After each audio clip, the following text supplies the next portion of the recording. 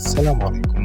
मैं अज़मत ख़ान। आज की इस वीडियो में हमारे साथ कोका कोला बोतल की फैक्ट्री देखें कि कोका कोला बोतल कैसे फैक्ट्री में बनते हैं। वीडियो को लाइक और आगे शेयर करते हैं, चैनल को सब्सक्राइब करते हैं।